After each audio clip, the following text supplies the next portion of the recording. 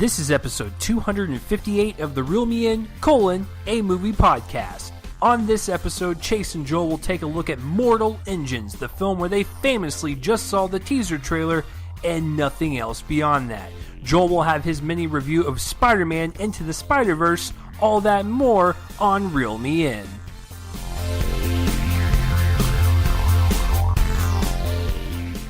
What is going on, everybody, on this wonderful Monday night, not Sunday night, of the Reel Me In movie podcast? I am Chase Lee, one of your co-hosts, and thank you for joining, as always. If you're new to the show, welcome. If you're looking for that movie podcast, movie talk that you've been wanting to find on the internet, because there are thousands of them out there. I'm just keeping it real with you guys. But if you came on to ours, hopefully you can join us and continue on this Reel Me In journey that Joel and I like to bring you guys every single week. And if you're a returning listener, welcome back. We always love when you guys reach out to us, or when you guys just keep on listening. You guys are the engine, there you go, first pun of the episode, the engine that keeps the show running.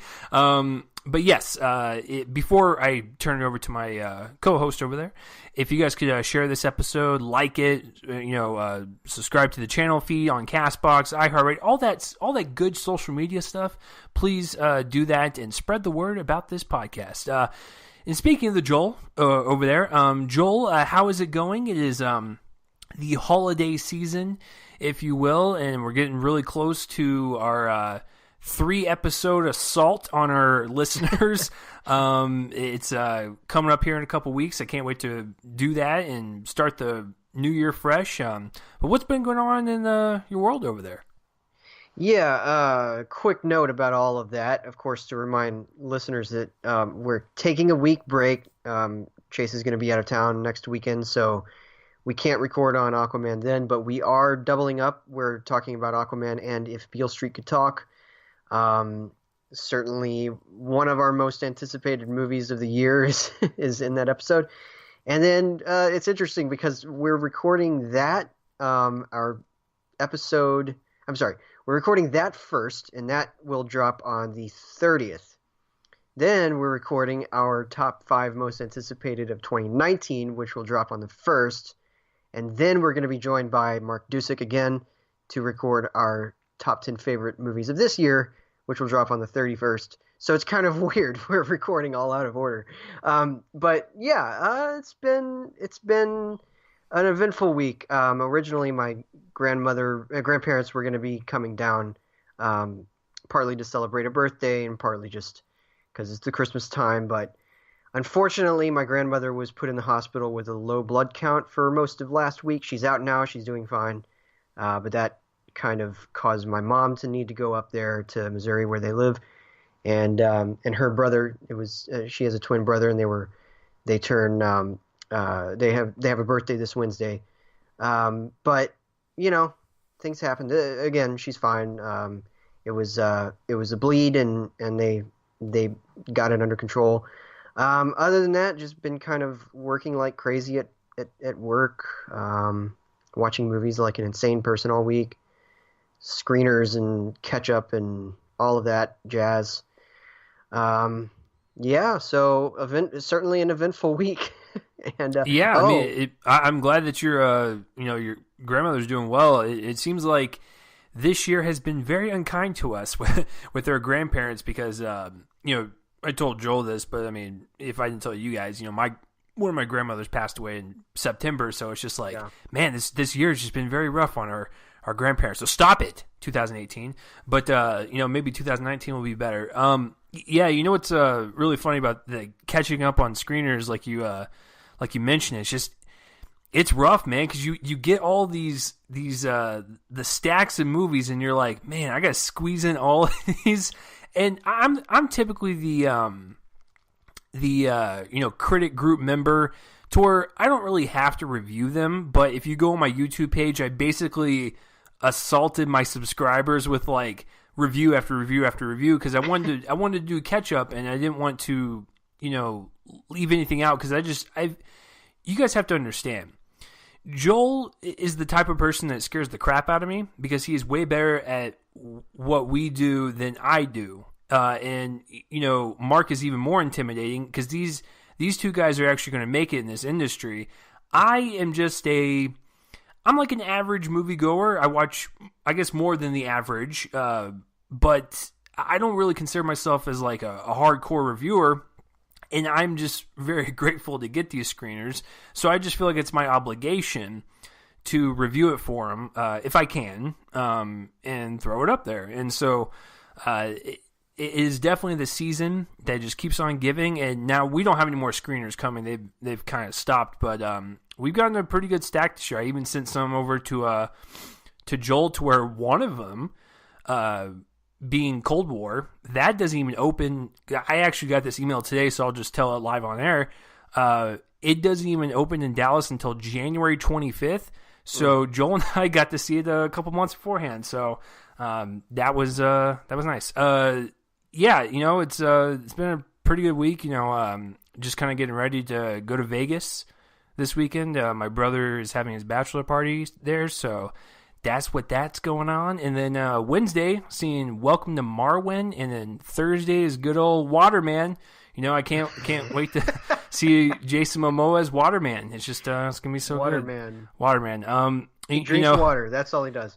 he just drinks water. He just wakes up and he's it's the sequel to The Water Boy. Oh my God! Can you imagine? Like, he just the movie opens up like a Jim Carrey like '90s comedy. Jason Momoa gets out of bed. He comes to the kitchen table. He like sits down and he's like, "Man, I'm gonna make a bowl of cereal." And he's like, instead of putting milk in there, I'm gonna put water in there. It's just like every aspect of his life is consumed by H2O. Now SNL needs to have him do Waterman sketch with Adam Sandler. That'd be so good. That would be awesome. Oh boy, maybe have like a double thing where you have. I think that I don't know this because I haven't really looked into it, but I'm pretty sure that his father is in Aquaman is played by Dolph Lundgren, right? Pretty sure that's I believe so. So you should have the SNL sketch have Adam Sandler and, I don't know, maybe like Dustin Hoffman play his father, right? And then Jason Momoa and Dolph Lundgren all together in the sketch. Right. No, that would be really funny. No, I just I wanted to bring up the screener thing just to kind of plug in my YouTube channel real quick. If you guys want to see those reviews, you can go watch them. And then starting next year, every single movie that I see for Dallas movie screenings, I will actually review for you guys, whether it be on the main show or like a little audio snippet that's like 7 minutes long or something. So, just get ready, guys. If you thought Joel watches a lot of movies, I do as well. You guys are just going to get so much content. You probably will unsubscribe because you'll just be like, guys, this is just too much. It's just, you're like, we have to walk away. So, no, I just wanted to try something different for you guys. So I'm practicing. I watched all these screeners back to back, and I uploaded like 10 or 12 reviews. It was just awful because it's so much different than writing. You have to prep yourself. You have to light it. You have to make sure the audio works. I do multiple takes because I always second guess myself. It's an awful process, but I do feel satisfied when it's done. So, Joel, let's go ahead and kick off our final regular formatted episode, and then we're gonna put it to bed. We're gonna put it in the graveyard, and we're gonna start fresh. Yeah. So just to kind of explain that to anybody who might have missed this news, we are kind of shifting things up. We're no longer doing box office in the new year.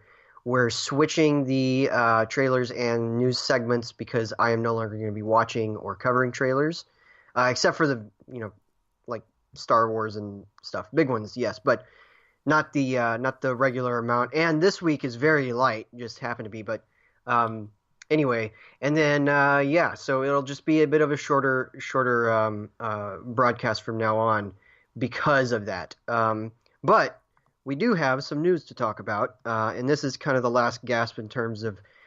I feel like this is the last gasp of covering this kind of news because I want to kind of start focusing on bigger pieces of news, and these don't really qualify, but for the last show, for the purposes of this kind of last regular show, the first is not surprising at all. Scott Derrickson has signed on to direct the Doctor Strange sequel. Of course, there's steps we got to take to find out how and when he comes back. Because right now he is in a dustpan.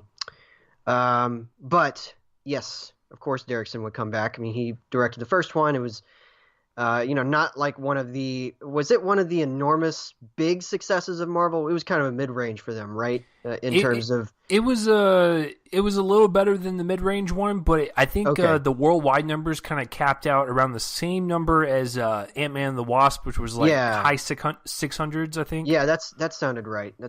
So like mid to high range. It's not one of the blowaway hits in Marvel's filmography, but it was a success. Of course, they would bring him back, so that's not surprising. But it's also heartening because I love Doctor Strange. I thought that he took a nice, clean, very visually impressive and different than the usual approach to it. And I'm a big fan of that movie. I've seen it like 4 or 5 times now. It's one of the ones that I've watched the most. Weirdly enough, saw it on my birthday when it came out, and so I'm excited to see what he brings to the sequel and what it's going to be about and all that. The next one, I'm not familiar with this person. Fans of the television show Legion might be, but the showrunner Noah Hawley is going to be directing an adaptation of a short story called To Be Read Backwards, and he's directing it for Fox. I'm just going to read this. To Be Read Backwards is a mind-bending take on a man who begins his life at his death and learns about himself as he and the world unravel in reverse, ultimately revealing humanity and mystery. So basically, the curious case of Benjamin Button. But this I do like this material, though. I don't think that this is the debut. He's still got a Natalie Portman movie called Pale Blue Dot that's coming out, I think, next year, actually. But this will be his second one while he maneuvers his Doctor Doom movie.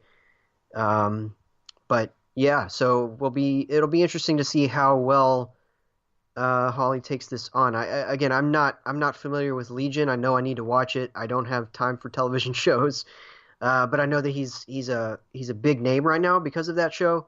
So it'll be interesting to see how he takes on that material. And then the last bit is that Jodie Foster is going to be directing a remake of the movie Woman at War, which, ironically enough, was one of the submissions for this year's Foreign Language Oscar. It's coming out next year, I think early next year for us, and it has already come out, or it is set to come out. I assume it's already come out in Iceland. It was directed by Benedict Erlingsson. Starred an actress that I of all people am not going to try to say the name for because I don't want to do that. But Jodie Foster's going to direct it. It centers on a music teacher who moonlights as an environmental activist bent on sabotaging the local aluminum industry. And this woman receives unexpected news that her adoption application has been approved and a baby girl is waiting for her in Ukraine.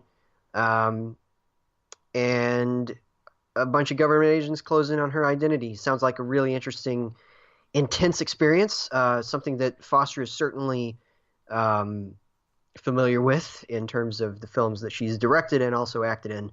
So this should be very interesting. I don't know if is she going to star in it? Let's see.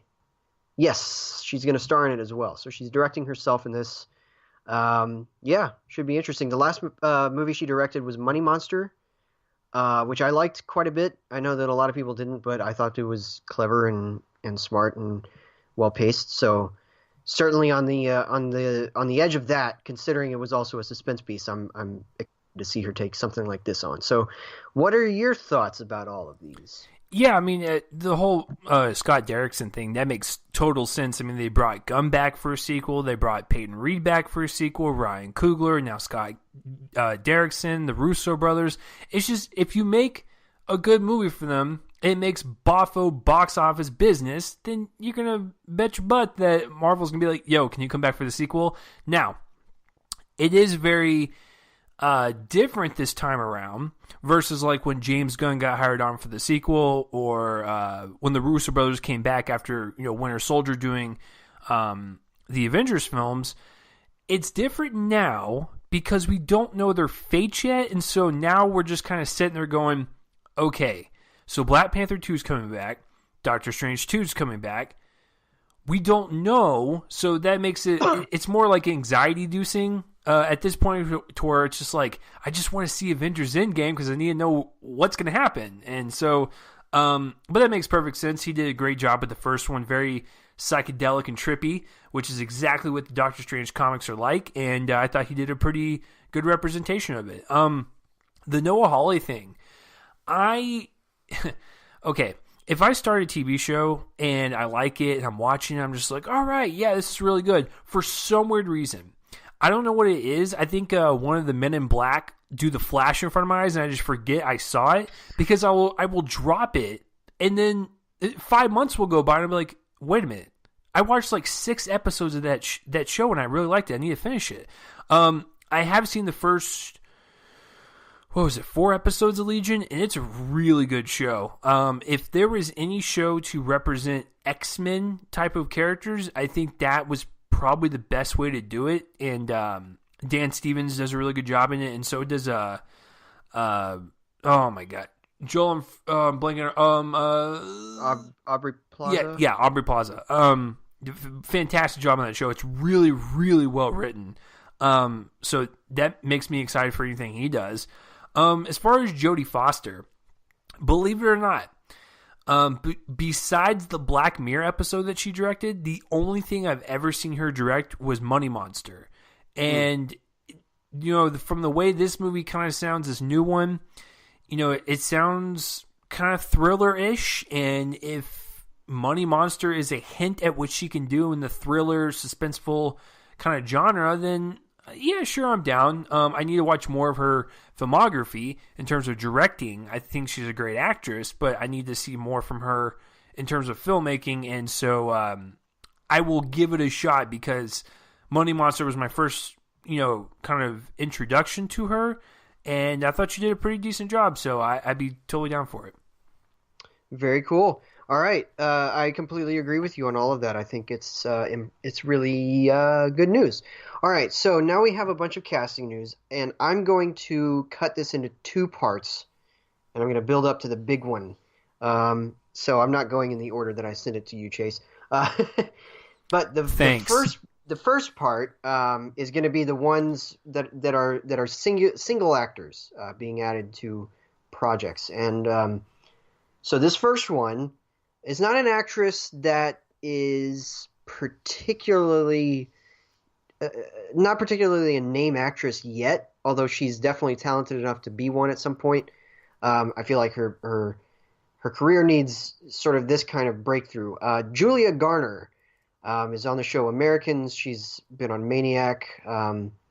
I saw her in, I think I've only really seen her in like 1 or 2 things, but the one that I remember her being in was a movie called Grandma with Lily Tomlin, which I didn't really like, but she was good in it. She's going to be playing an assistant to Harvey Weinstein in a yet-to-be-titled movie about the day in the life of one of Harvey Weinstein's assistants.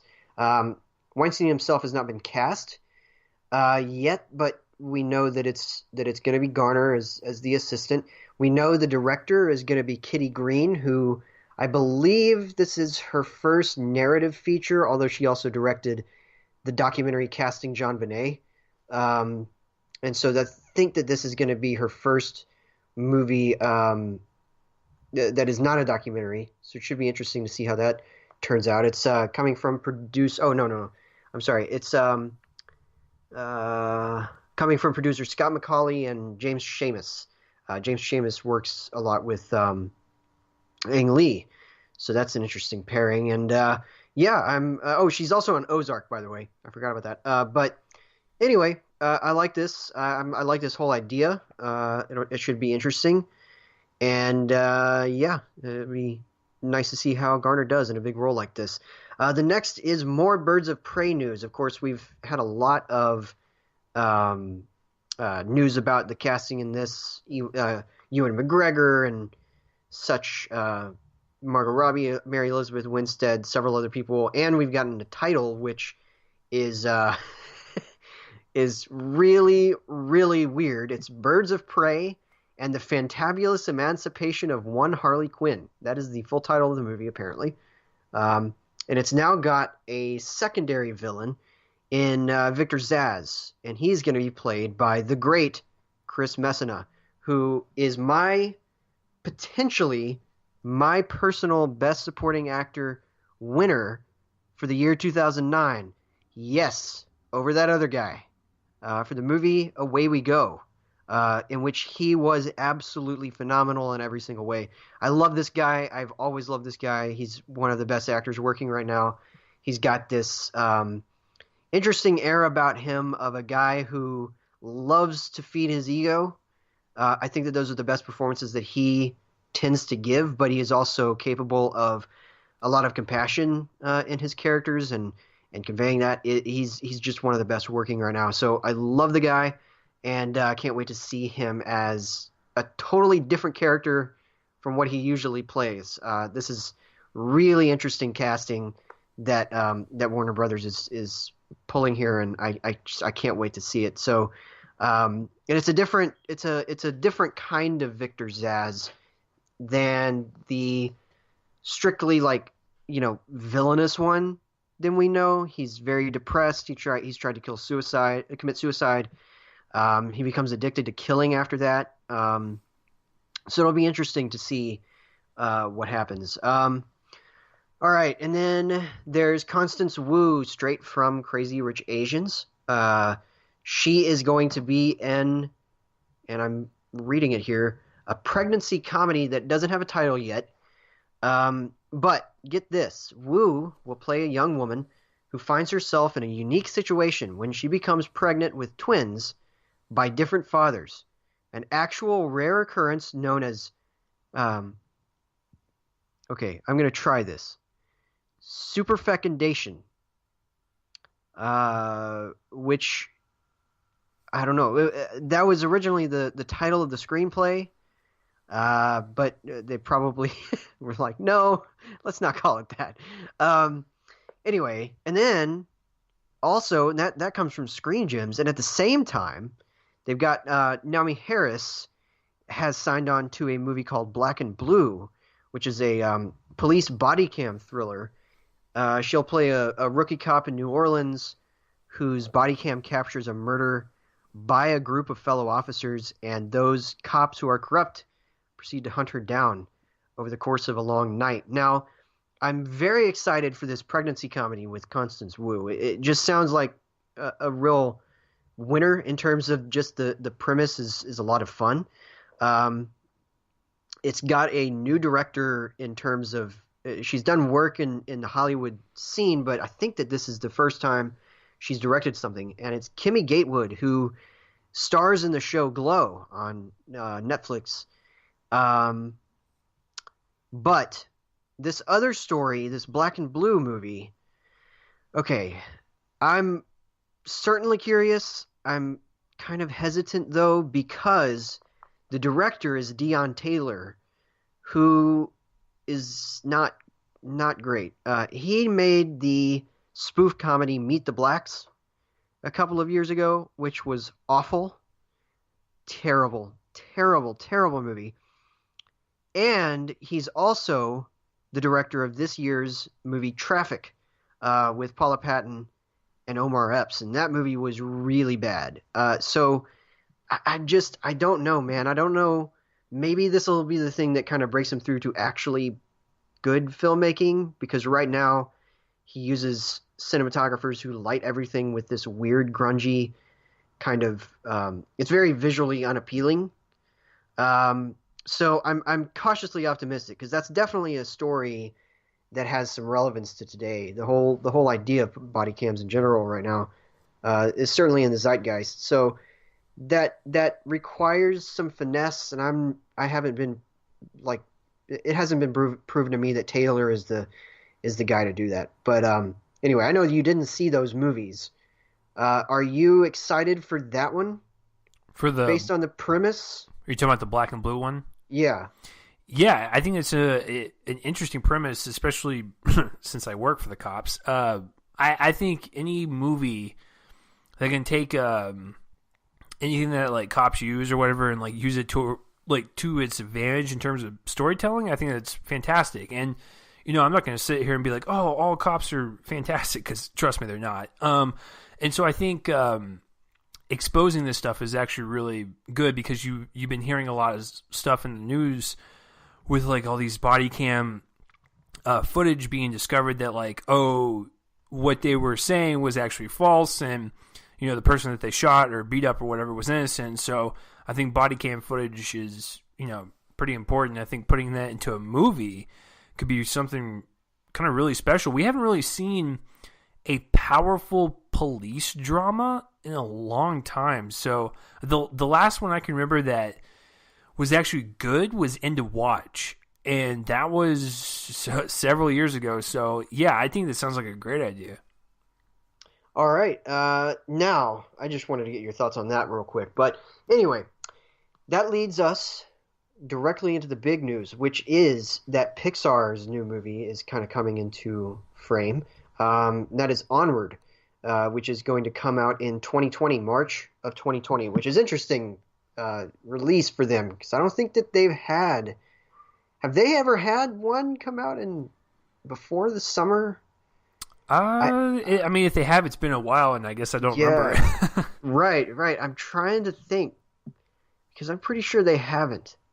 So this will be interesting to see. But anyway, this is one that comes from the director of Monsters University, which I thought was fine. It's good. I'm not as like fully in the tank as everybody else is on that one, but I think it's good. But this one is set in a suburban fantasy world.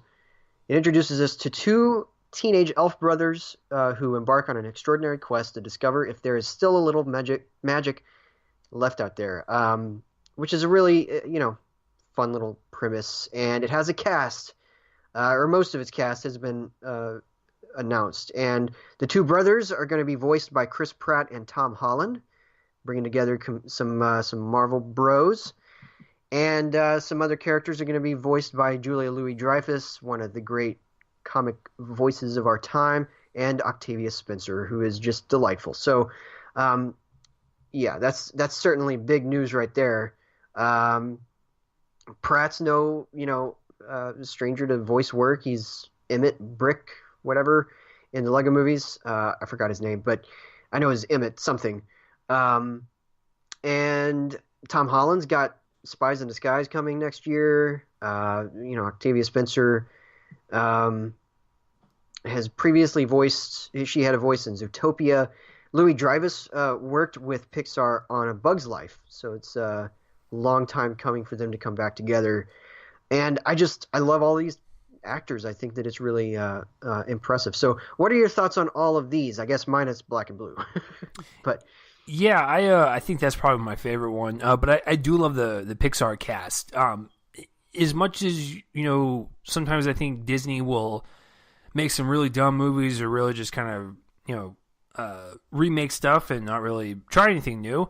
What I will give them credit for is when they make anything under their Disney animation branch or Pixar, they know how to voice cast, and sometimes they have the most perfect voice casting for their characters. And so these all sound great for this particular movie. From just the way the logo looks, you can kind of get a sense of where the story's going. So you're like, okay, I can kind of hear their voices in my head. The Birds of Prey news, yeah, Chris Messina, he was so good in Sharp Objects earlier this year, and I've seen him in a couple more other things to where I was just like, dude, I'll just watch this guy in anything, and he's going to be in a comic book movie that's fantastic. The Constance Wu thing, what an interesting premise for a pregnancy comedy that I don't think has ever been touched before. So that's fascinating. The fact that it's actually a real thing, it makes it even funnier. And then the Julia Garner thing, I actually watch Ozark.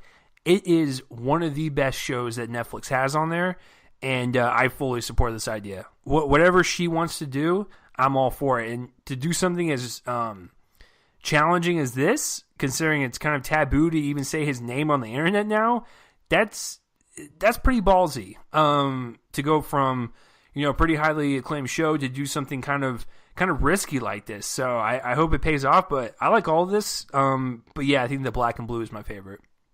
I see. I think my favorite is probably Pixar, and that's might be my favorite news item in general. Yeah, I'm going to go with that one.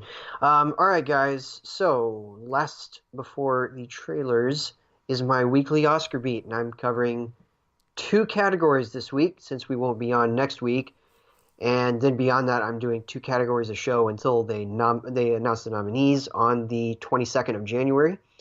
So, first up, I'm going to be talking about cinematography. Guys, one word, Roma. Just everything else is going to be glad to be here. It's pretty much very clearly going to be Roma, and Alfonso Cuarón's going to win like 3 Oscars that night. It's going to be insane. But of course, I'm here to talk about contenders, not just say what what movie's going to win. So, just to kind of humor the whole situation, there are 4 other really strong contenders in terms of movies that could be nominated. And beyond that, really not much. Maybe five. But beyond that, really not much in terms of what's likely to be nominated. Right at the bottom, and I kind of wish it was higher up, but right at the bottom is The Favorite, which I think is absolutely excellent cinematography. Great fisheye lenses and all of that. You also have Cold War, which is beautiful to look at. I just watched that over the weekend. I love the movie and I love the cinematography. It's just as rich as Ida was, and in every way. And it's the person who was one half of the crew of that movie's cinematography panel, if you will, did the cinematography for this. Lukáš Žal. I tried that. There's also A Star Is Born, which I think is actually really solid work from Maddie Libatique of Black Swan. It's not very similar to that movie, of course, but it's very effective, particularly when the movie takes the stage, if you will. Also, obviously, First Man, great work from Linus Sandgren, who's been working with Chazelle for his last 2 movies, this and La La Land. He also did Battle of the Sexes. Really solid guy. And then If Beale Street Could Talk, which, of course, reunites Barry Jenkins with James Laxton from Moonlight. Looks like it's terrific use of close-up, which will add a lot for people to consider it. And I think maybe possibly on the fringes, Black Klansman, which I really wish would be nominated because it's absolutely gorgeous work from I forgot the name of the person who shot it, but anyway, so Jason something, I think. Yeah, so those are pretty much the contenders, but guys, again, Roma, it's just going to happen. It's another black and white movie like Cold War, but it's the consensus like critical hit. It's the thing that the cinematographers will want to vote for. And again, Cuarón's going to be picking up his if they give that one first, I guess, of the ones that this will be nominated for, probably his first Oscar of the night will be for this movie, which he shot. So, and obviously it's gorgeous work. So, in any case, that is cinematography. It's pretty much a runaway for that one. But costume design isn't so much. This is actually a very competitive race between about 8 different movies. There are the obvious, fantasy ones like Mary Poppins and Black Panther, Fantastic Beasts, Nutcracker, obvious contenders there. I feel like Nutcracker will fall out, but other than that, you also have the period pieces, and there are a lot of those too. The Favorite, Mary Queen of Scots, may just be the winner from what I've seen. If Beale Street Could Talk, kind of recreates, I think it's the 70s. I think it's the 70s or 50s or something. 50s. I think it's the 50s. With what I hear is pretty note perfect detail. And also Bohemian Rhapsody. Something like Green Book as well could be. Colette. I have a screener for Colette. I haven't watched it yet, but I'm gonna be able to see that. So yeah, we got a bunch of contenders here. Some stuff on the bubble. We'll see how this all kind of for instance, how the guilds react to these movies, and that'll certainly narrow things down for us. Particularly if there's a short list for this. They announced a bunch of short lists today. They might announce more. We'll see. But yeah, it's should be interesting. More interesting this year than in previous years. I usually don't really give much attention to costume design. It's not something that I really care about, but this is an interesting race. So I have a feeling it could be either of the Mary movies, Mary Queen of Scots, Mary Poppins. The Favorite's also really impressive, and that's certainly a critical hit. So we'll see how that turns out. All right, guys, we're going to shift directly into our trailers. Chase, take on the first one, sir. Hey, you remember the scene in Man of Steel when Superman was fighting Zod in the city and they probably killed like millions of people? But he's deemed as a hero in that movie. Can you imagine if we got to see, like, in bloody graphic detail, all those deaths that were happening in the city? Well, now we actually have that. For all you sick people out there that want to see people die from Superman in graphic form, we have Brightburn. And now you're probably thinking, like, Chase, why would DC and Warner Brothers want to do this to one of their characters?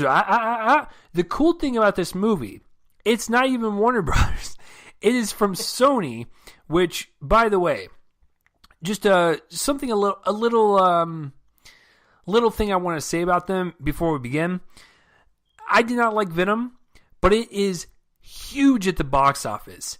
Spider-Man Into the Spider-Verse is one of the best reviewed movies of the year. This studio is changing around their image so quickly and so positively that I'm kind of astounded that this is the same studio that brought us the Emoji Movie.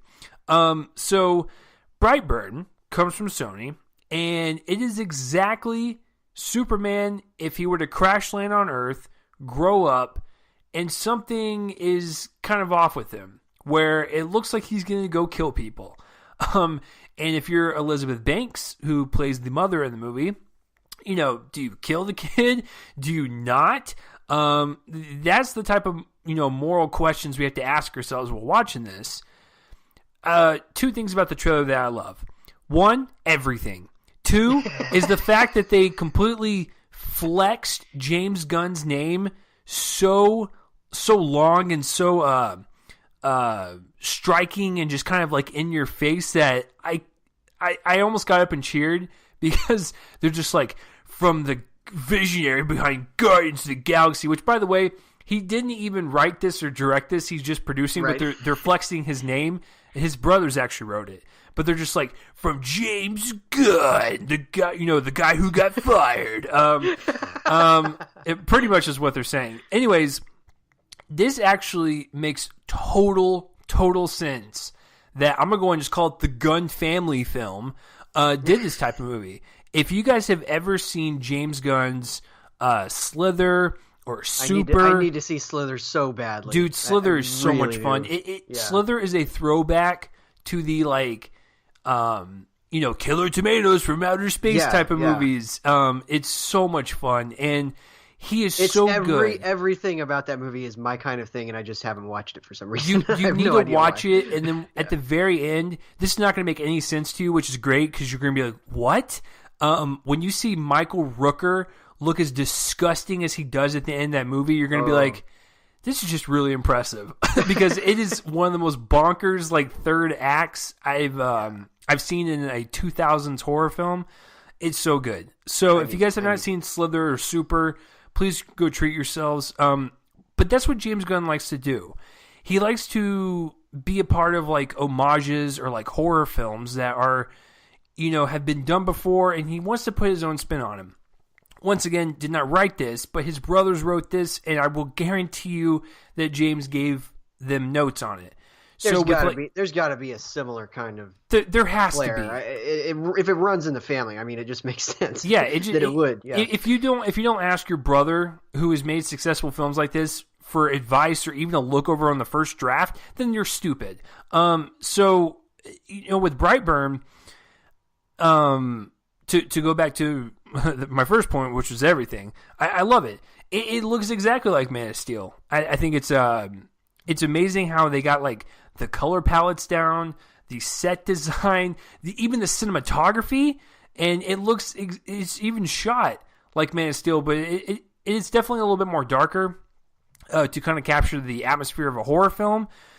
But I loved it, man. It's such a different take on this that we've really kind of never seen before, but that doesn't surprise me because Slither is an homage to, the Things from Outer Space movies, and then Super was a riff on Kick-Ass, and so and that film was great, and so I can't wait for this, man. And you know what's even more fascinating is the release date.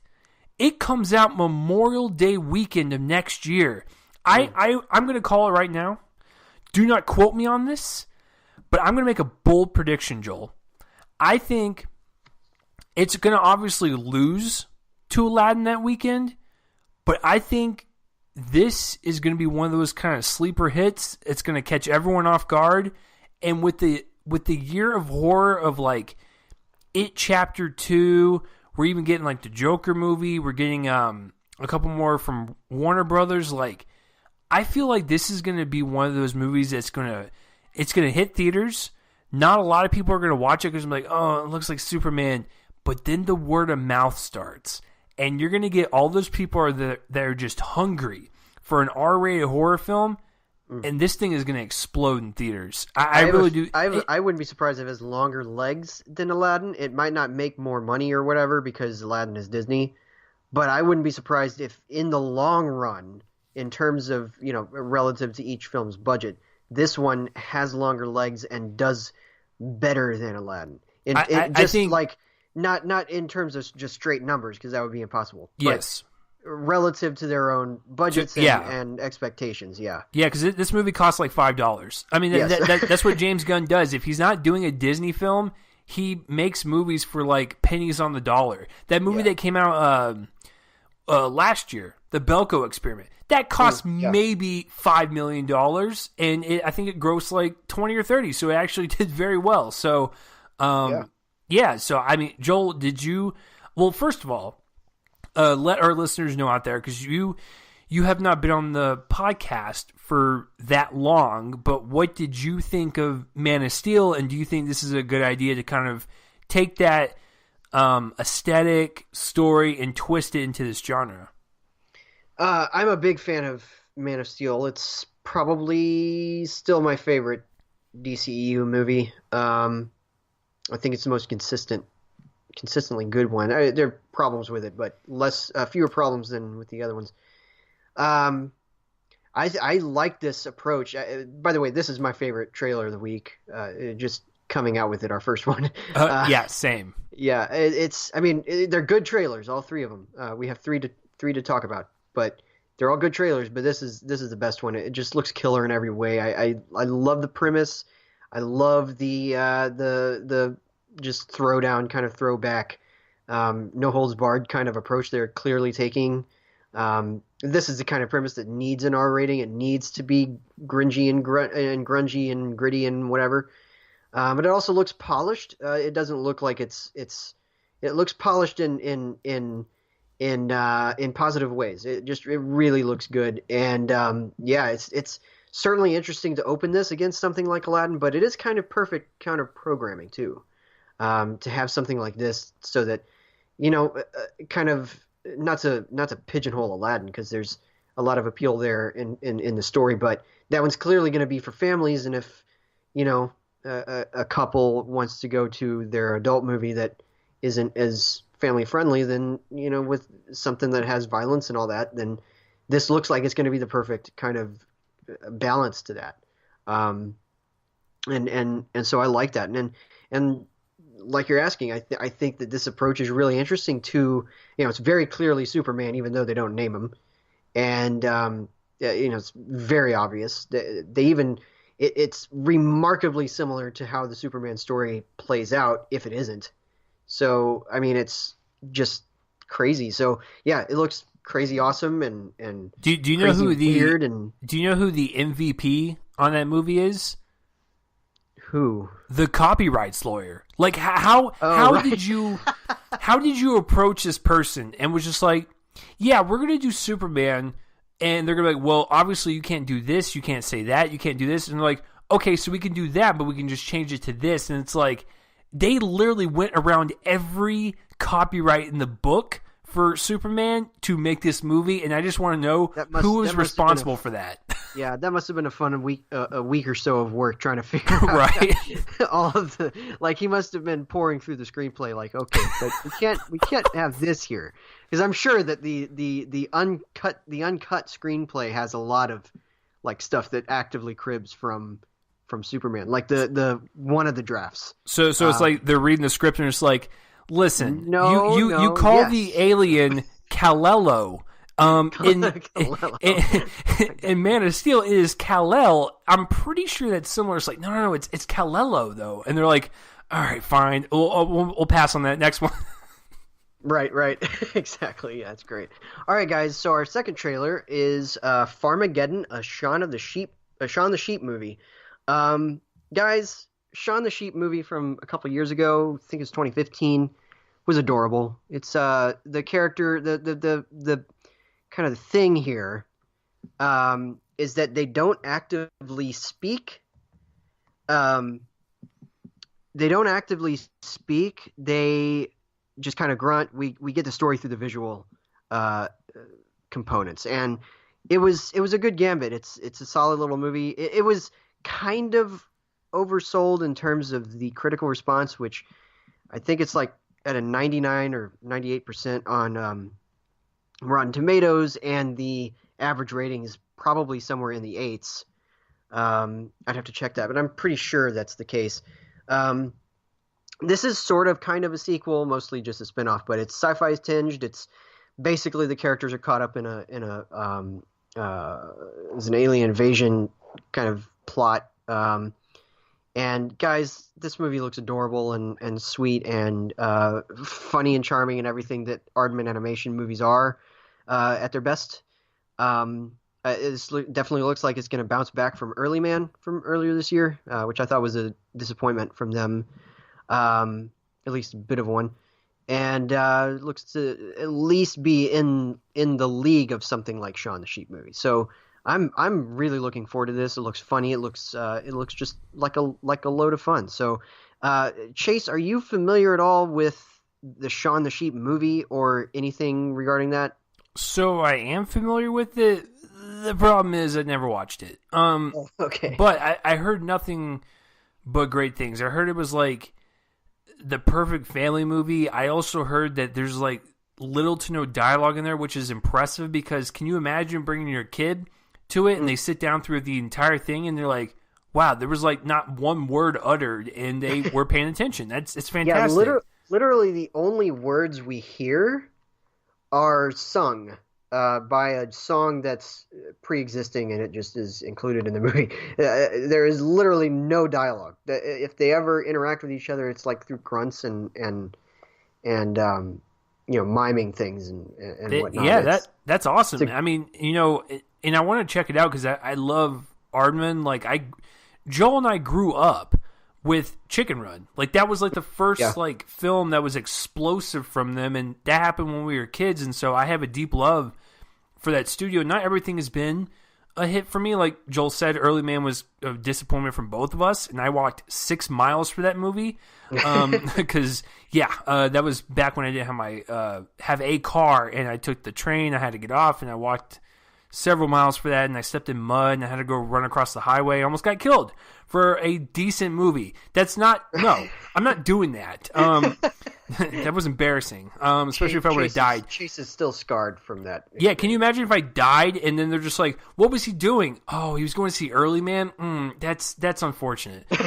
So yeah, there you go. Yeah, no, as far as the trailer goes, like you said, it looks cute. It looks well animated. I love stop motion. Yeah, I just need to watch the first one before I can make a judgment call. But I got a little taste of it in this teaser because everyone was, like you said, grunting or just waving their arms or screaming in, like fanatics or whatever. So, I got the whole kind of world building and premise of what the first one was. So if Joel forces me to watch it for the show, then I will watch it and review it for you guys. But until then, just yeah. So nice little trailer. And this next trailer, this came out of nowhere, where you're just kind of sitting there. Like, okay, some trailers are dropping here, dropping there, and then Netflix is Netflix, and they're just like, hey, we're the type of company that can drop a trailer and go, hey, this movie's going to come out like right after a football game, and then everyone goes crazy for it. That's just the type of people they are. They're just psychopaths when it comes to marketing.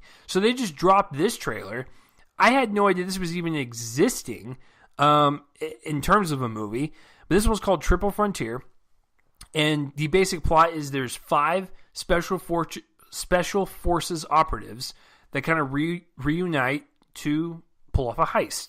That's essentially what it is. It's directed by J.C. Chander, who, ironically, I've never seen any of his movies. I was looking up his filmography, and I was like, I know he did A Most Violent Year. I know he did, Margin Call and like All Is Lost. And I never saw any of those, but I have seen the Co-Writers movies, which, he co-wrote it with J.C. Chander, and that would be Mark Bowl, who worked with Catherine Bigelow on like The Hurt Locker, Zero Dark 30, and one of my personal favorites that got completely just shut out by awards, which was Detroit.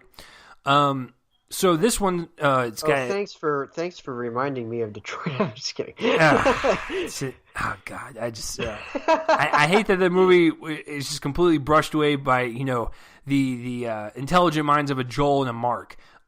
Actually, Mark was more on my side. It was on Mark's list. I was the one who was not. See, Mark was more on my side, but he still wasn't as high on it as I was. So, but back to this one. It's got a fantastic cast. When you're talking about Ben Affleck, Pedro Pascal, Charlie Hunnam, and Oscar Isaac, Garrett Hudlin. It's like, could you make any more perfect like ensemble? This just seems like all these different actors who I don't think have really been in movies together. Like they just all came together from different corners of the industry, and they're just like, yeah, let's make a movie together. I like the trailer. I think it looks really good, especially when you put Netflix's name on there. They're a little iffy when it comes to, properties, whether they make them or whether they buy them and distribute them.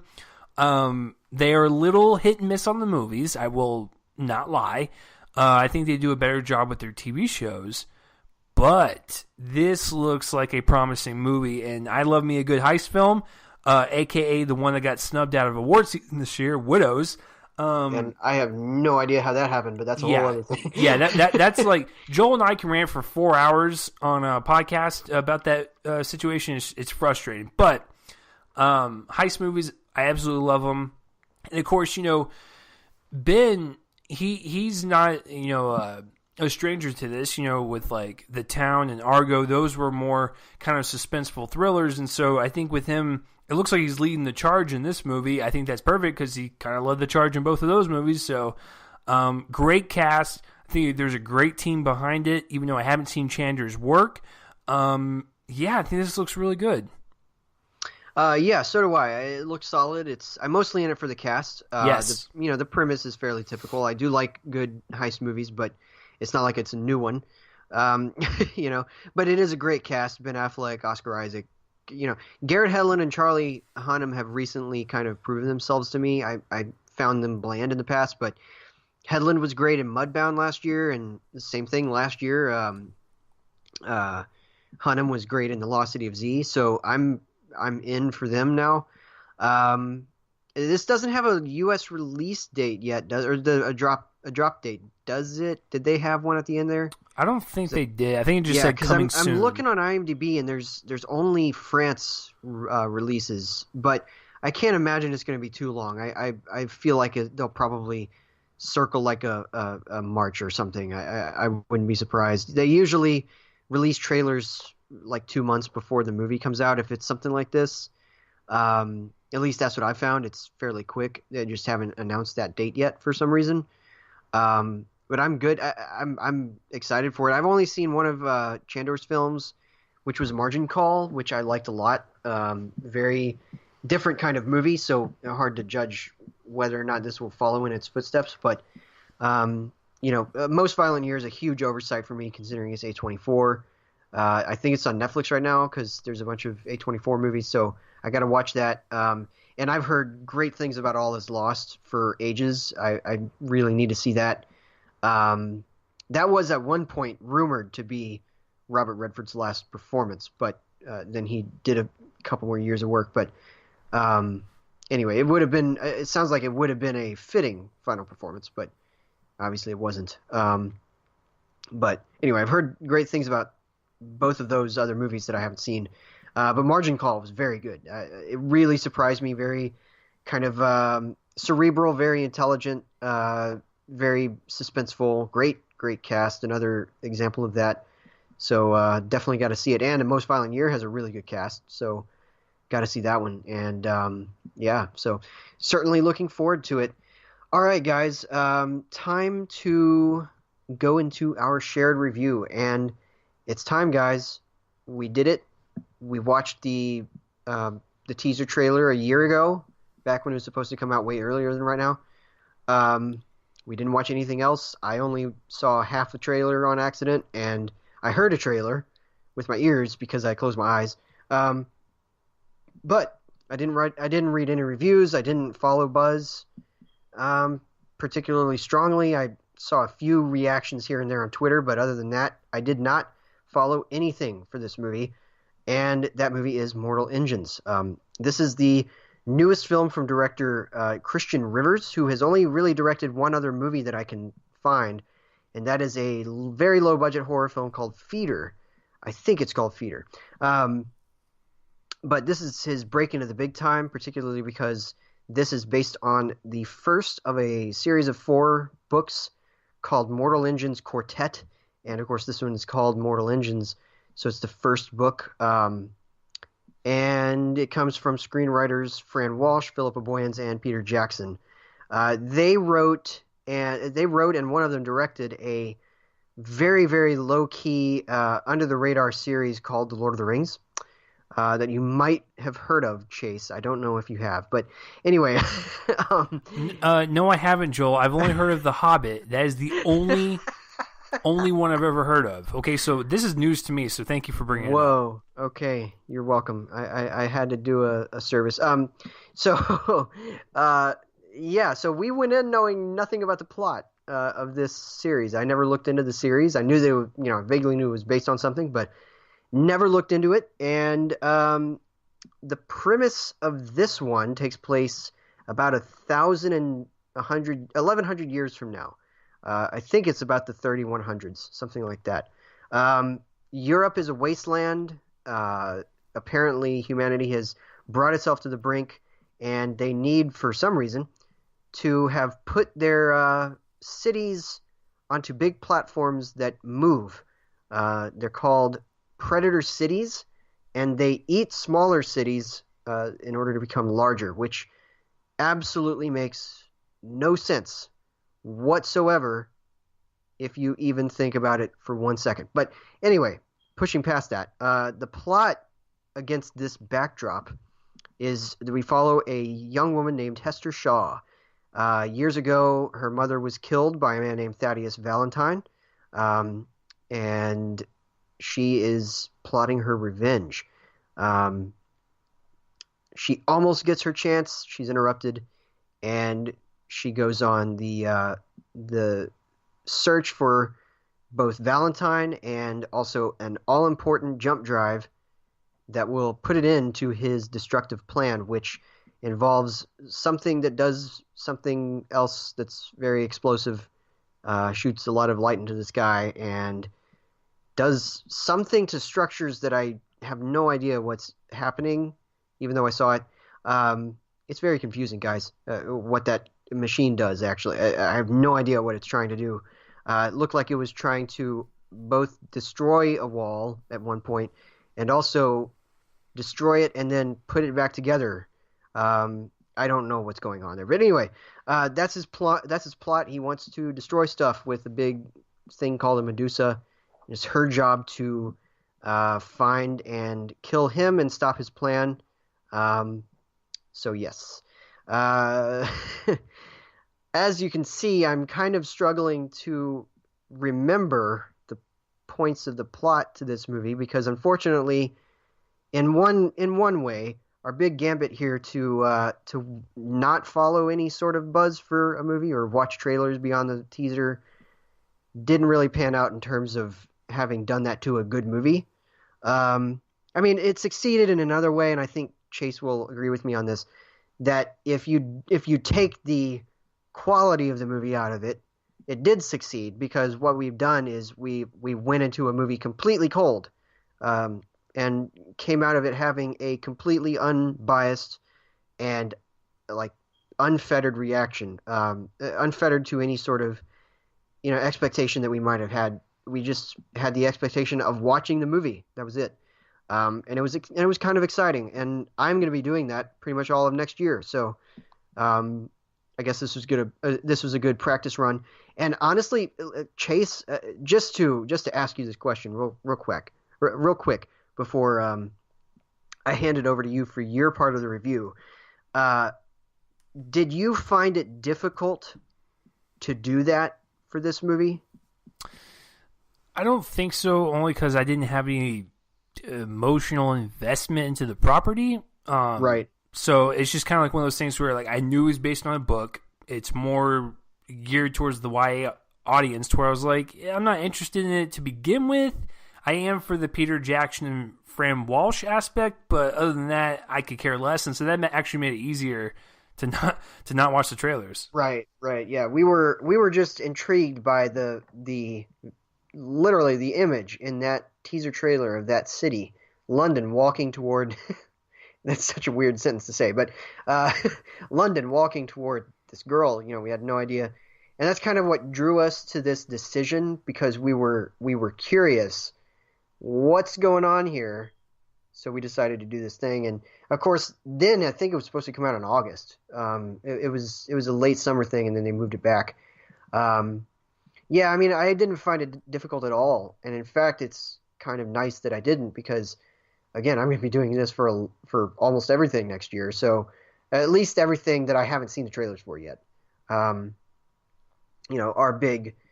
next big experiment's going to be Spider-Man: Far From Home. So we'll see how far Chase makes it into that experiment. Should be interesting because it starts potentially tomorrow if the trailer comes.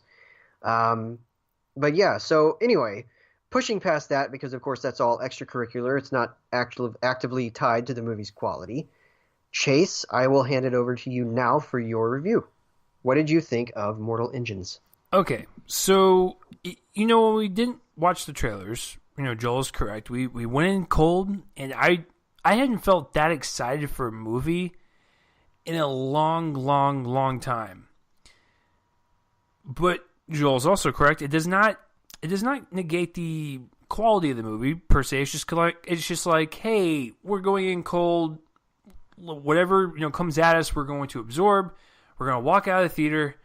We're going to process what we saw. I don't really like discussing when workers get fired. But when executives get fired, I don't feel nearly as bad because they make 10 times more than I ever will in my entire life. But I'm going to tell you this with all certainty. There's not going to be any sequels made. Someone is getting fired for greenlighting this movie. And it's not, because when we get into the box office, you're going to find out why. It's not just monetarily. This movie, I didn't know what was happening. It's one of those movies to where it presents itself as a sequel or a threequel, and we've never even seen it before. Like, these characters are being introduced left and right as if, like, we've seen them before. Like, this movie felt like the end cap of a trilogy or even the sequel. And I was just really confused as to why everyone was so confident in this subject matter when we haven't even seen a frame of this movie yet. So there was that. And then, when I was sitting there watching it, and I actually think this would benefit the movie quite a bit, watching that opening sequence was actually kind of fun. And I actually think this movie would have benefited if it was like under a Miyazaki, and distributed under like Studio Ghibli or something.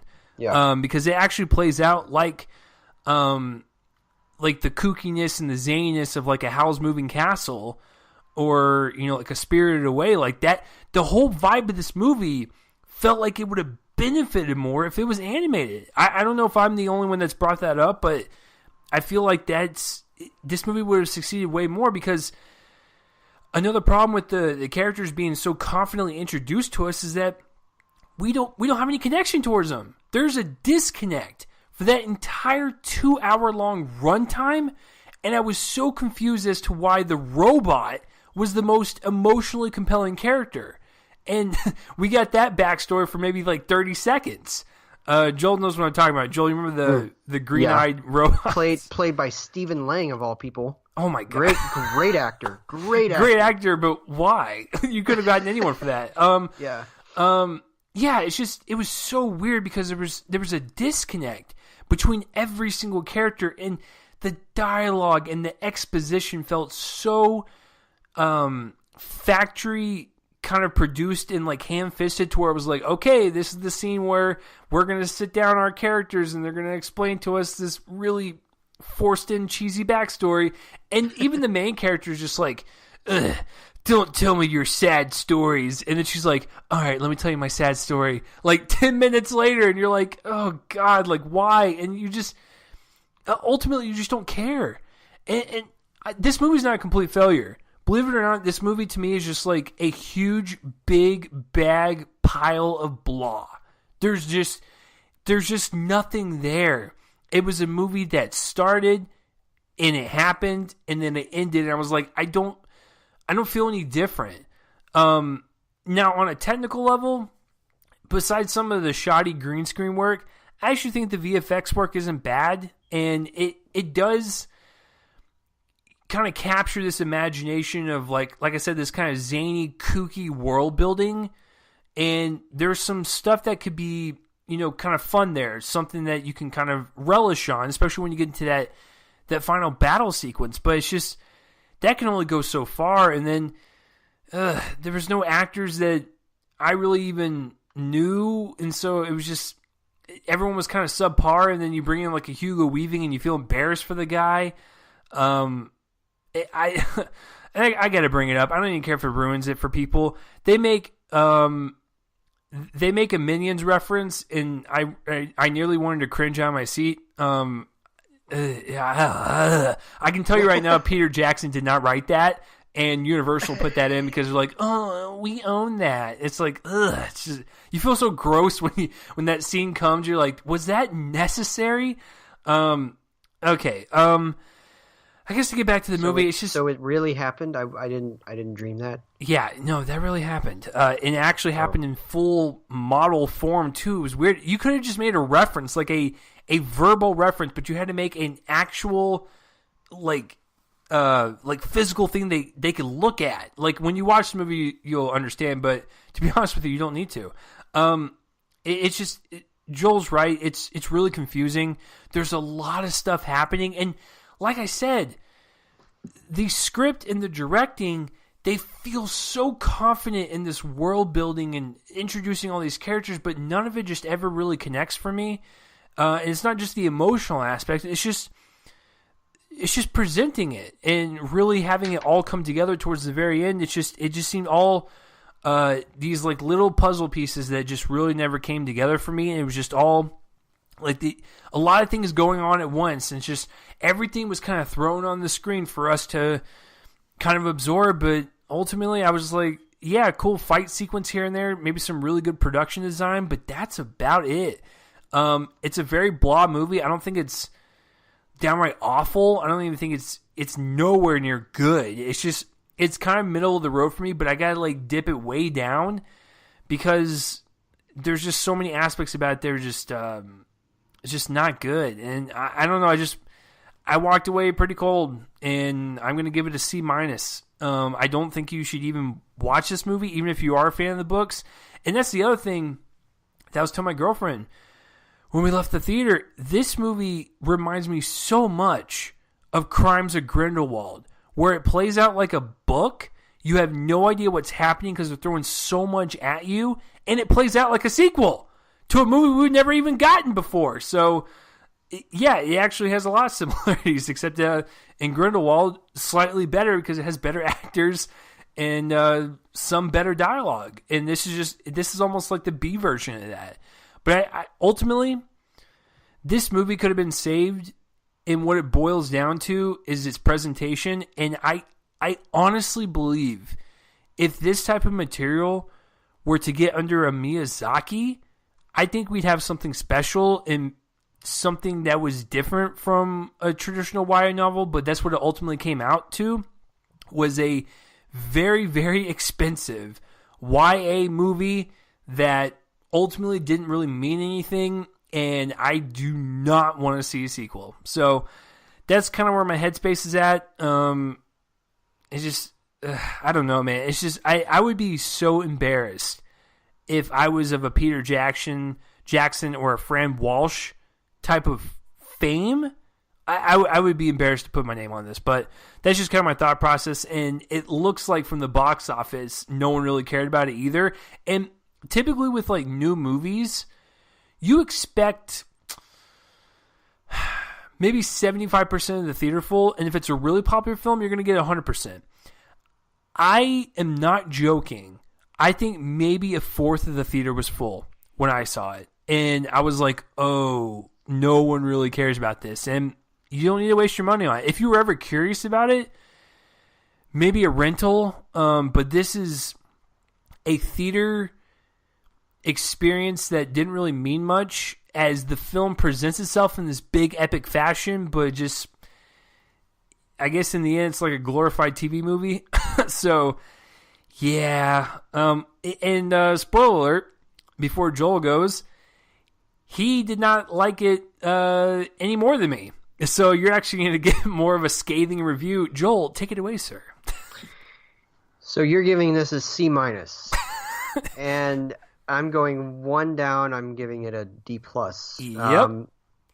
Yeah, this was rather depressing. I don't know what was going on in this movie at almost any given moment. Maybe characters' actions. I kind of, could gather those things, but like literally every scene is a character just standing there, and then a new one will just pop in and go, hey, is everything all right? What's going on? And they'll shoot someone, and they'll go on this journey. You're like, where did this person come from? And you're just like, oh, what a mess. Yeah, it's such a mess. And there's one really good aspect of this. I didn't even mention in my review, but I thought that he was convincing enough as a villain. Hugo Weaving is good. He plays Valentine, and of course he's always good. And I feel like it's literally only a good thing because Hugo Weaving is a good actor. Yeah. I don't think he's given material that's interesting at all as a villain. It's not remotely interesting. And this plot, this whole universe just doesn't make any sense. It's like you said, it feels like we jumped into a world where they just kind of were like, oh, hey, so this stuff is happening. But you don't really understand the stakes that are involved. You don't understand what it means to this universe. You don't understand why this universe came together. Like when they introduced this protest group, headed up by this person named Anna Fang, played by Ji Hai, who you kind of get, because of the fact that that they're a protest group, you get the point of why they exist kind of in a general way, but you never understand the politics of the group, and that's important because the protest group is all about the politics of their own existence. So you don't get any sort of full vision of what they're there for, other than kind of a generic protest of the fact that there are predator cities. Yet why there's even a protest group is a total mystery to me, because this is the only thing they know. It feels like they should have been a protest group centuries ago. It feels like it's way past the point where a protest group would be any sort of use. So why are they there? And that's just indicative of every other part of the movie's problem. is that it's explaining these things, and it keeps explaining them to the point that the audience kind of just loses the thread of the plot. And I think the filmmakers lose any sort of uh, point where they might have cared about the different points of this world and these rules and all of that. It's a bunch of explaining over and over and over and over again. And then you get to the big climactic action scene, and it's shot in at night, and it's all very murky. There's a bunch of rubbery visual effects work. I don't agree with you on the visual effects work. I think most of it is bad. And I just, yeah, this is a depressing thing. And the main actress, Hira Hilmar, who plays and now I just forgot her name, Hester. I guess I should remember that because there are a bunch of H's. Hira Hilmar plays Hester. Totally just bland, not interesting, not an interesting character, just reacts to everything until she needs to be active. And they kind of frame the whole fate of this world on the fact that on a pretty terrific coincidence. You know what I'm talking about. Yeah. She's in possession of something that obviously she has, like right from the beginning. Whenever they were talking about that, I was thinking, oh, okay, she probably has this. Like MacGuffins can be good for a story, but this just seems so lazy. It was just she's important. She's got something. It was so lazily established. It was literally, it told us it existed, and we knew because of the fact that we've seen movies and read books before. Yeah, that it was very close to everybody right at that point. It's just such a lazy, lackadaisical, very like sluggish pacing. Oh, it's really boring. Yeah, it's so long too. It's 130 minutes, and it feels like it's about a 95-minute movie. I'll put it like Ebert might have, and in fact, I feel like Ebert would have hated this movie too. And he put it this way about Pearl Harbor, and so I'll put it this way about this movie. And I'll paraphrase. It's a 95-minute movie squeezed into a 128-minute movie. And it just feels like there's so much less content in this story than the 128 minutes suggest. And yeah, it's bad. I thought it was actively kind of terrible, and so that's why I'm giving it a D+. It just very nearly nothing about this movie actively works. Yet, at the same time, I can't really go lower than that. I'm kind of using your scale, I guess. Just because I was so bored, I wasn't actively angry at the movie. Like I didn't get any sort of feelings from it or toward it, I guess. Yeah, it's a bore. It's total just a slog, and it doesn't really connect on any sort of emotional level. You know, there's an obvious revelation at the end of the movie, and I had no feelings about that because they'd done absolutely no job at actively trying to connect us to any of the characters involved in that. Joel, would you say before we get to the box office that someone's getting fired for greenlighting this movie? Oh my gosh! Yeah, just you guys wait if you haven't been paying attention to that already. All right. So anyway, I guess that's pretty much it. That's all I can say. D+ for me, C- from Chase. It's not good. So even though it's an enormous box office failure, please don't go see this. Go give it to the next movie you're about to review. Right, exactly. Yes, please do that, because now I have an extra review of Spider-Man Into the Spider-Verse. And guys, just a precursor before Joel even speaks, I agree 100,000 million % with whatever he's going to say because it's fantastic. Yes, yeah. And if you want to see Chase's review, go watch it on his page, because he's right. Everybody's pretty much right about this movie. It's enormously popular, and for a good reason. This one is a real delight, and whenever I guess I can just it's not on my top 10 of the year, but I will just say that I have kind of 3 tiers on my written list. I have the top 10, and then I have the special jury prize, which is the 5 honorable mentions right outside the list, and then I have the next 10, which I basically say is, any other year this could be the top 10, and then I list them in alphabetical order, and it's going to be in that list. It's that good.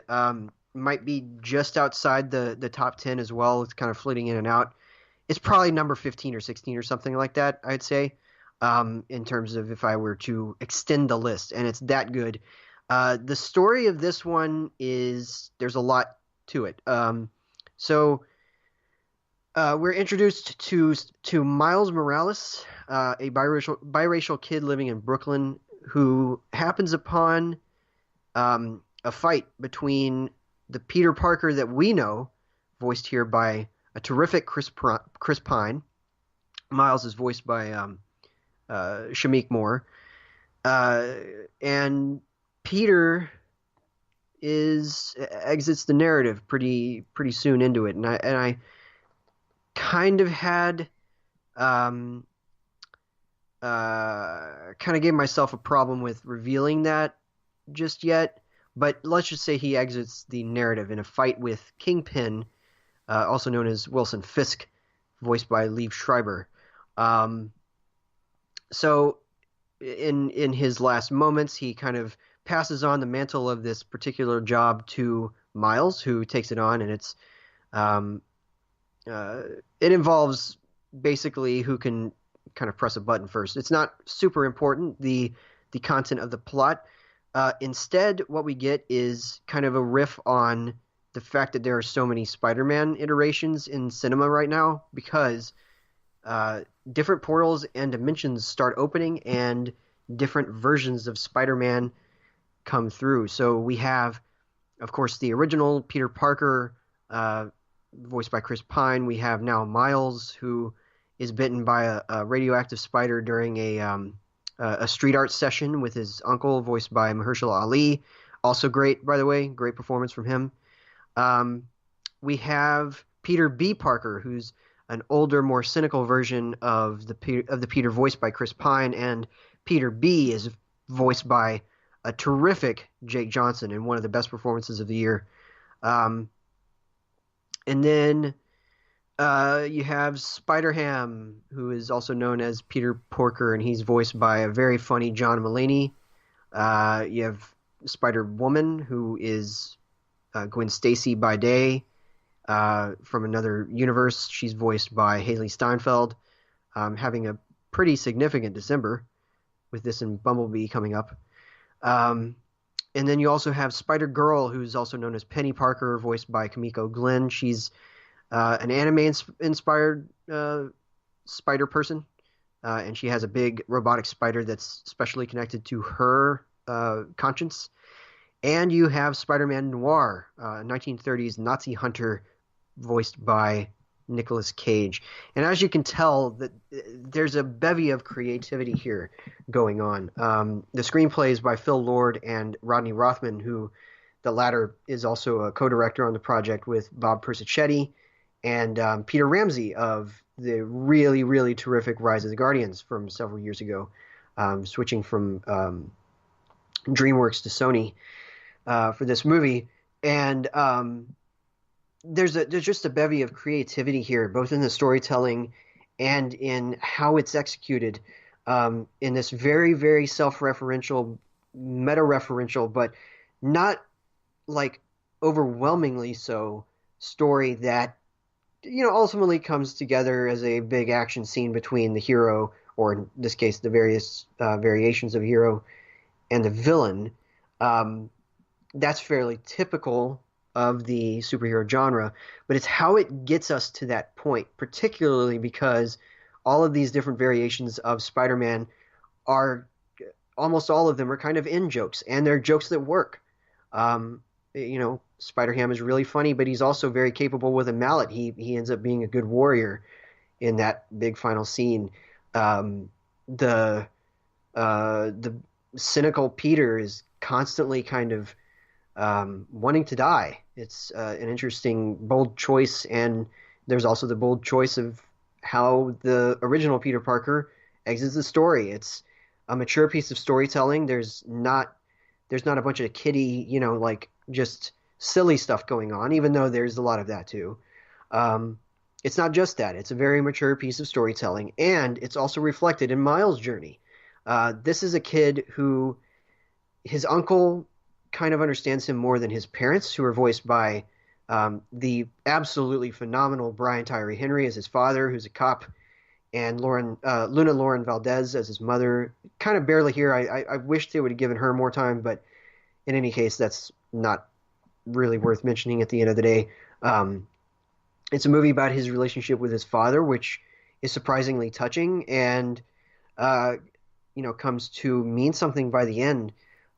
There's this all-important kind of on each side of the door conversation, one-sided conversation between them where Miles hears what he needs to at exactly the time that he needs to. And it doesn't feel contrived. It doesn't feel fake. It feels real, and it feels, genuinely moving. And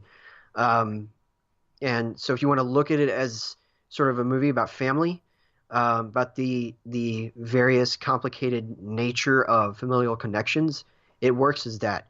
And if you want to look at it as this super cool, super funny, super, visually arresting action flick that happens to be animated, it's beautifully animated, both in terms of just the surroundings and how Miles himself is animated.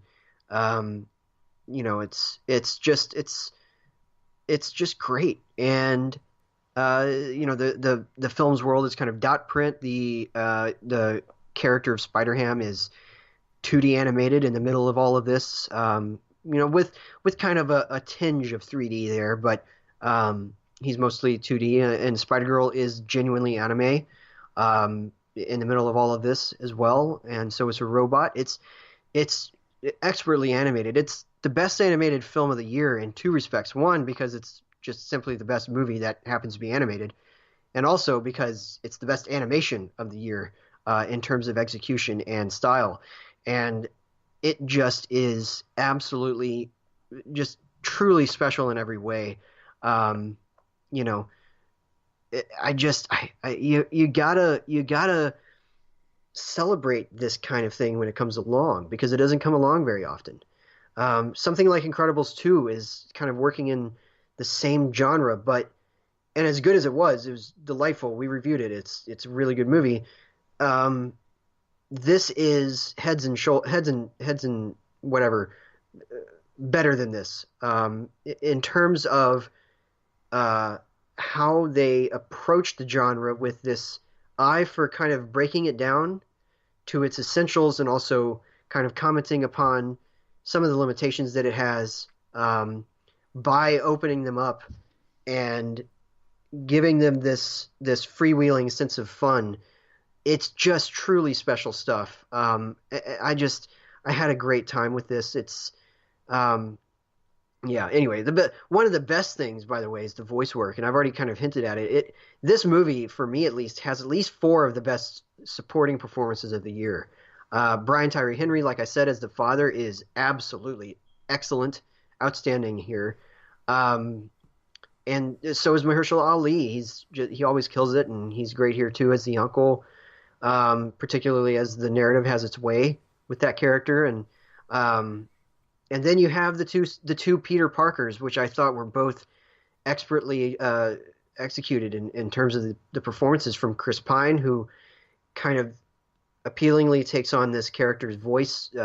He reminds of Tobey Maguire's Reed from the character in Sam Raimi's trilogy. And then you have Peter B. Parker, and Jake Johnson kind of imbues a lot of cynicism and world weariness that recalls Andrew Garfield's Reed as a character in Mark Webb's 2 movies that were trying to be a franchise and failed. And I thought that was really nice. There's no like match to Tom Holland's version of the character, but I think that that's mostly because this one was in development probably before that was in development. That's what I'm thinking. But anyway, it's great, guys. It's one of the highlights of the year for me in terms of just theater experiences. I left that theater with a smile, and that's significant because, and this is just getting to the theater experience part of it, which is separate from the movie. So I had went to an AMC. I decided, you know what, I'm gonna get a milkshake, and it then took them about an hour to get that milkshake to me through the AMC dine-in thing, which ended up being a real bummer. I did have to dart out just a couple of times just to check on the progress because I was so annoyed by it, and it's a testament to the movie that first of all, that I didn't miss anything, and two, that I left with a smile because I could have left in a huff.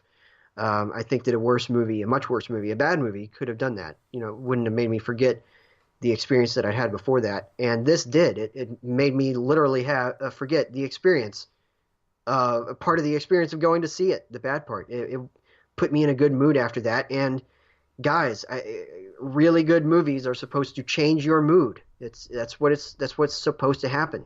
It can be toward somberness, but when it's toward giddiness, that counts for a lot. And this movie made me giddy. It made me, kind of just a little bit happier, and that's the mark of a really special movie. So, yeah, clearly an A. I think it's not just a lot of creative fun. It's genuinely a really good screenplay, and it's a really good approach to this character, and a really good execution of all of that. And I just had a blast. So, absolutely an A for this. And I know that you gave it like an A minus, right? So yeah, I had an issue with one of the reveals at the end. I think you know which one I'm talking about. Yeah, but yeah. Other than that, yeah, I mean, there's really no nitpicks. Now, Yeah. the question I had to ask you, because when I saw it, I walked out going, okay, I think this is going to really, really test Joel's love for modern Spider-Man movies. We're not talking about your love for the Raimi movies. We're talking modern because I know you really, really love Homecoming. Does this overthrow that? I would say it's about on the same level, maybe. It's more visually and conceptually creative. Yes.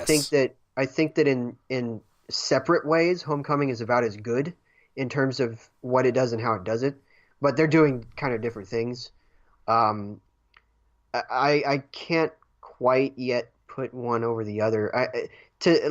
This might be, just to kind of tell people, because I've already revealed to Chase and Mark my list. I had this in my list of the movies that I wanted to mention as an honorable mention outside of my list, and I had Spider-Man: Homecoming in that list last year. So it's kind of in the same ballpark in terms of where it's fallen in the year for me. I don't know, though. I mean, I think that there are certainly aspects about both that are stronger than both, if that makes sense. If that's a sensible sentence. But yeah, it's I think that maybe Homecoming had a bit of a stronger villain. More, there's a sympathetic quality to Wilson Fisk, but he's also so big and brawny and kind of simple. And I didn't find that from Toombs in Homecoming. So I think that, something like that could be maybe, say that aspect of Homecoming was better than this, but it's kind of like, splitting hairs, really. They're both exceptional movies. So that's all I'd say about that. So yeah. Anyway, all right. So since it's Monday, we're not going to have any sort of guessing game. In fact, guys, sorry, but no more guessing games for box office because we're not doing box office next time, and this time we're just reporting it. So I guess I didn't expect that until just now. It didn't dawn on me that we're not doing that. But anyway, bye box office guessing game, and this is the last time we're ever reporting, unless we do it on a Sunday. But I doubt it. I feel like this is probably goodbye forever. Box office reporting. Sorry, folks, if you were following us for that. We just kind of wanted to, get this to another day, kind of shift some priorities. So I'm not going to have Chase guess. He's already seen it. Obviously, he's talked about that, and I've already seen it. So Yeah, I'm just gonna go through what the top five are and what some of the outside openers did. At number five, debuting Mortal Engines with 7.6 million. This thing absolutely positively tanked at the box office, and that includes worldwide because it opened worldwide with 42.3 million. This thing has $100 million budget, so like at the least they probably would have needed to make 250 million. Would you say that that's pretty fair? Maybe I'd say that's 275. pretty fair. Yeah, because they didn't spend like we didn't follow uh, any advertising in a specific way, but I can tell you they didn't spend a whole lot on advertising because I didn't see a whole lot of trailers. They had maybe three over the course of the last year. They had a few TV spots, some online stuff, but they didn't spend like a fortune on this, like what Marvel would do. So probably 275, and that's a fart noise. All right. So dropping from number one to number four, this is a weirder, bigger drop than I anticipated. Even though it was his fourth weekend. Ralph Breaks the Internet with 9.3 million and a total domestic gross of 154.1 and 285.1.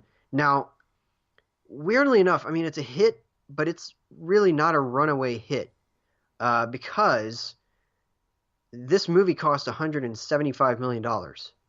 So they're kind of, I mean, Disney's kind of struggling to get there. I'm sure that they will. They're as a company, they're not in jeopardy or anything, but in terms of this particular movie, they might have thrown a little bit too much money at it. Of course, it costs a lot, and it's all on the screen.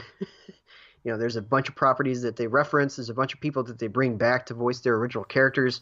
It's an expensive movie, but they might have thrown just a little bit too much at it, I think. And in fact, in many ways, a bigger hit is the number three, which dropped from number two, and it's The Grinch.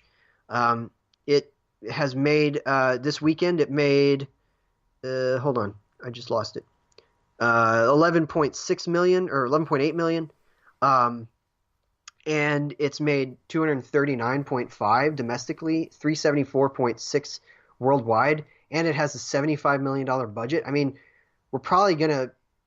I don't know if they're ever gonna make a sequel to this kind of thing, but if they wanted to, they could, especially given these numbers. It's an amazing huge hit. I haven't seen it yet. I'll see it at home, but yeah.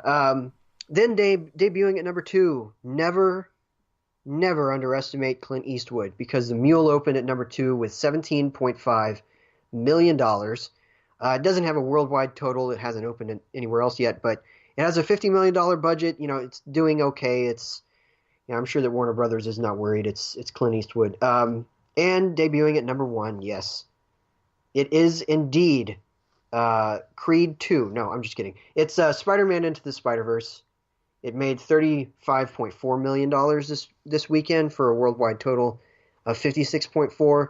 It played okay. This is a pretty good opening for them. It's a $90 million movie though, so they're gonna have to speed it up a little bit, and they're not gonna be able to do that considering next week's openers are like Aquaman, Bumblebee, and Mary Poppins. So we'll see how that all works out, but it's an okay opening for Sony. All right. So that's pretty much it in terms of the top five. Once Upon a Deadpool, which of course is the PG-13 recut of Deadpool 2, opened at number 11 with 2.7 million, sorry.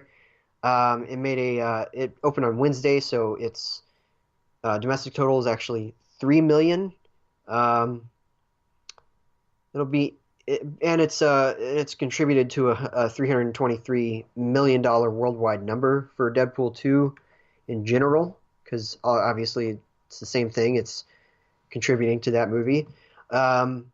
If Beale Street Could Talk opened in 4 theaters and was by far the biggest per theater average of the weekend, it made $224,000. So great job, Annapurna. I can't wait to see it. I'm seeing it on the 26th, the evening of the 26th. So I can't wait.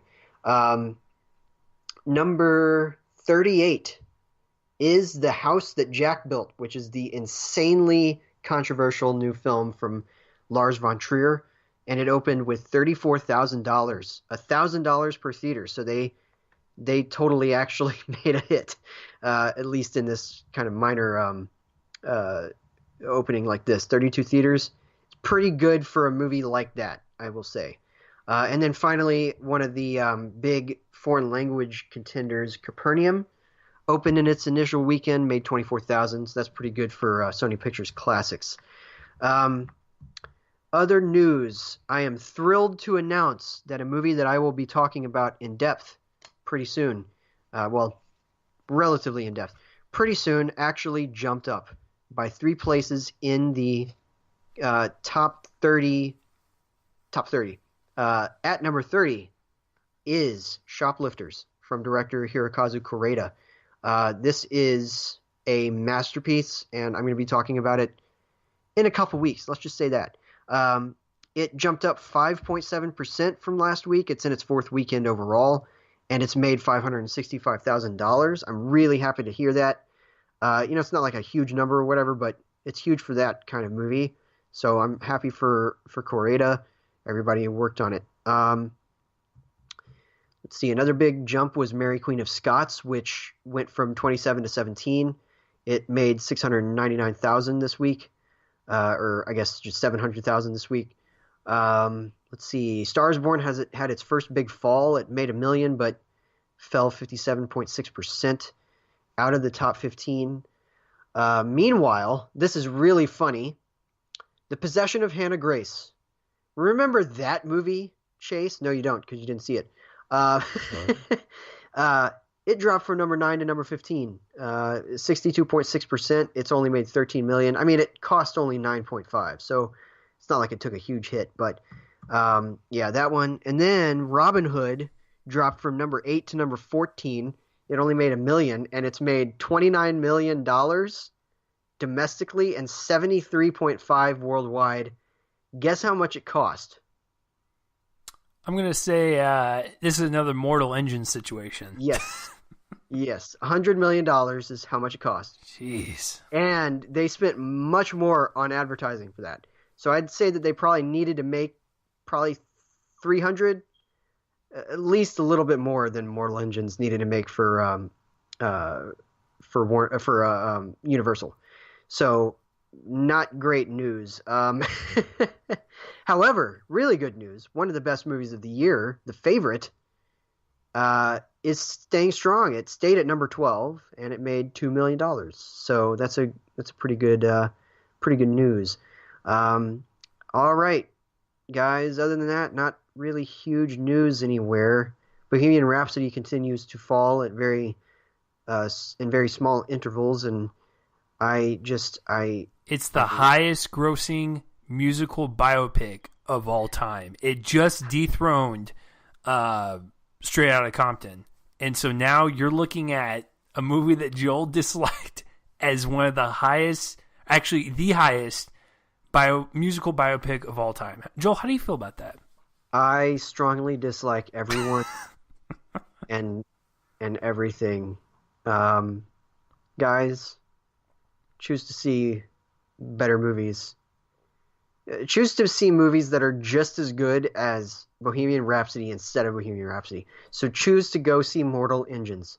I wouldn't go that far. No, I gave them both the same grade, so I'm just using that. Yeah, I could.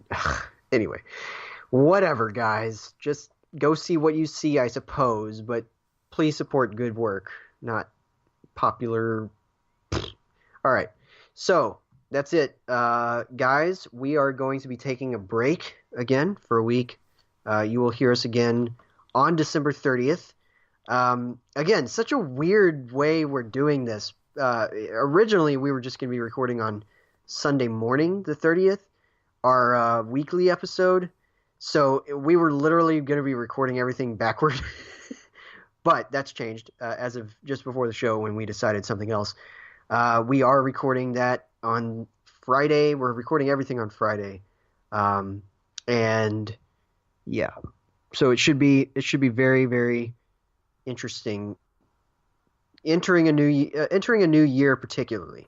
So just to kind of keep people up to date, next review episode will be Aquaman and Beale Street. Then the 2 consecutive days after that, we'll have our top 10 with Mark Dusick, and our top 5 most anticipated with just ourselves. And then we're going straight into the new year. We're jointly reviewing Escape Room, The Upside, Glass, and The Kid Who Would Be King. That's our January. I'm still kind of configuring my extra reviews, but I will have extra reviews of 2018 holdovers to kind of tide people over for the rest of the for kind of the junk month, if you will. And then once February hits, it'll just be 2019 releases across the board. We're only jointly reviewing 2019 releases from the 4th onward or the 6th onward. But just for a few weeks into the new year, probably always, I'll pair that up with a 2018 holdover. So I'll figure out what those are, but certainly we'll keep you updated on that. All right, Chase, where can people find you online? You can find me on Twitter at Real Chase Lee, and of course the podcast has the Twitter page, Real Me In Podcast, and of course got my YouTube channel, and I promise starting next year, literally January 1st, whatever movie we do not cover on the show, I will actually record for you guys. It will be anywhere from a 7 to 10 minute review, and you'll get everything. So yeah, and then of course for this podcast, please wherever you're listening, Castbox, iTunes, iHeartRadio, just wherever, please spread it around. Let people know this is the Definitive Movie Podcast, because you guys are the best. And to be quite frank with you, it still boggles my mind that we're going to give you guys 3 episodes 3 days in a row. Like, how are you guys going to listen to that? Are you guys going to jump ahead and do the top 10, go back to the regular, and do top 5? How are you going to do that? I'm more curious about the order that you guys are going to listen to it, because it's going to be a lot of content thrown at you guys. But yeah, that's where you can find me online. All right, and you can find my writing at joelonfilm.com. I've got reviews of Mortal Engines and Spider-Man Into the Spider-Verse, as well as Roma, which I considered reviewing on this episode, but I have a feeling we're going to talk about that in pretty full detail pretty soon. Let's just say that. And I think that Chase knows what I mean. Right? I don't know what you're talking about. Oh, playing coy. Okay, but I do have written reviews of those up. So if you want to go find out what I thought of Roma right now, you can do that. And you can find out my written thoughts on the other 2. Next week's going to be huge for me on the website. I think I've got like 8 reviews planned. So look forward to that if you're following along. And you can also follow me on Twitter, Real Joel Copling, same kind of setup as Chase's, Reel, and then my name. You can follow me on Letterboxd at jcopling. I'm very active on there. And yeah, you can find some of my writing at dallasmoviescreenings.com. I have a review this very weekend with Chase. I think she put it up for Roma, and have one coming next week for Shoplifters for them, and yeah, it's pretty awesome. That is it for me in terms of my internet presence. Yeah, so Chase, take us out. All right, guys, we will see you guys in a couple weeks. I'm super excited to throw all that content at you. It's going to be wonderful stuff, and I hope you guys just share it, because that will help spread the word about the podcast.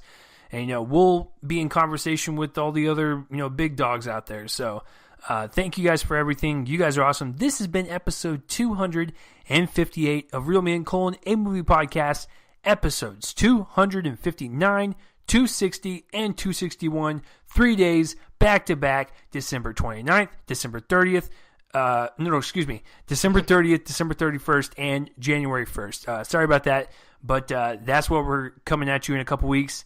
See you guys then. Bye-bye. Bye.